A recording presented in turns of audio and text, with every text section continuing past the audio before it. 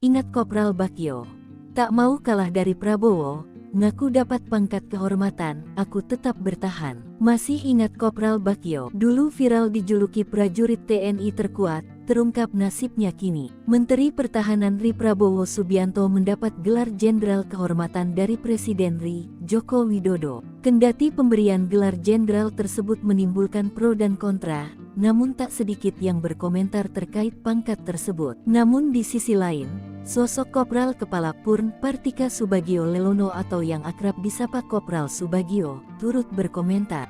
Bukan pro atau kontra, ia malah mengaku juga mendapat pangkat kehormatan. Selain Pak Prabowo, sebenarnya aku juga DPT pangkat kehormatan dari Kopral Kepala Purn menjadi Kopral Mayor disingkat Kopior, tulisnya di akun pribadi miliknya. Tapi sesuai arahan Pak Kuet Suryo Prabowo 2011. Aku tetap bertahan sebagai Kopral besar aja, ujarnya lagi. Sontak guyonannya itu menuai komentar lucu dari warganet. Sementara itu dikutip dari beberapa sumber, Kopral Subagio telah pensiun pada Rabu tanggal 14 Desember tahun 2016.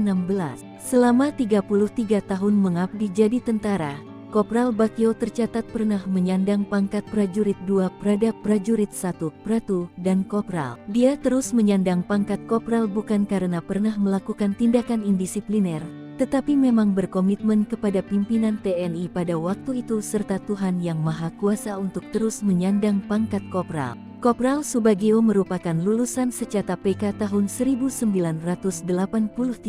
Ia dijuluki anggota TNI terkuat dan melakukan beberapa aksi yang cukup keras, seperti push up 21 jam 40 menit, minum minyak rem dan mandi air cabai, mandi air aki hingga lari 24 jam nonstop. Ia juga pemegang medali emas prajurit terkuat TNI AD dari Wakil Kepala Staf Angkatan Darat saat itu, Letjen TNI Yohanes Suryo Prabowo. Kopral Bagyo selain aktif menjadi anggota TNI, dia kerap melakukan aksi unik untuk kegiatan sosial dan kemanusiaan. Pria berperawakan gempal dan berkumis ini pernah berdiri di atas paku sebagai bentuk dorongan agar pelajaran pendidikan moral Pancasila (PMP) kembali diajarkan karena banyak publik figur serta pejabat yang rusak moralnya. Selain itu, Kopral Bagyo juga pernah melakukan razia kepada tukang becak. Dia memeriksa dompet pengayuh becak yang terkena razia lalu memberikannya uang. Aksi terakhirnya, Kopral Bagyo menantang Kepala Badan Narkotika Nasional (BNN) Komjen Budi Waseso untuk menarik perhatian masyarakat pada acara kampanye anti narkoba.